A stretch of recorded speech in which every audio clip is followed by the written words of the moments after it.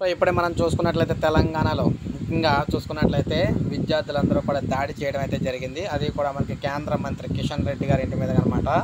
కేంద్ర మంత్రి కిషన్ రెడ్డి ఇంటి వద్ద ఉద్రిక్తత వాతావరణం అయితే నెలకొంది.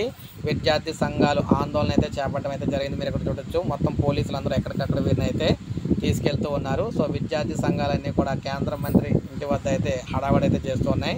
కాచిగూడలోని కేంద్ర మంత్రి కిషన్ రెడ్డి ఇంటి వద్ద విద్యార్థి సంఘాలు ఆందోళన చేపట్టాయి. నీట్ పరీక్షను రద్దు చేయాలనే డిమాండ్తో పలు సంఘాల నేతలు ఆయన ఇంటిని అయితే ముట్టడించారు. ఎమ్మెల్సీ బల్మూరి వెంకట్ ఆధ్వర్యంలో ఈ నిరసన అయితే చేపట్టారన్నమాట.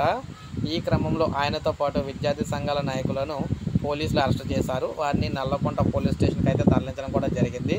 సో ఈ విధంగా ఎందుకంటే దేశవ్యాప్తంగా మొత్తంగా నీట్ పరీక్షలో అనేక అక్రమాలు అయితే జరిగినాయని, పేపర్లు అయితే బయటకు వచ్చినాయని చెప్పేసి బయటకైతే విచారణలు అయితే తేవడం అయితే జరిగింది. ఈ నేపథ్యంలో నీట్ మొత్తం కూడా రద్దు అయితే చేసి మళ్ళీ ఫ్రెష్గా పెట్టాలని చెప్పేసి కోరుతూ ఉన్నారన్నమాట. సో ఇప్పుడే మనకి అప్డేట్ అయితే రావడం జరిగింది.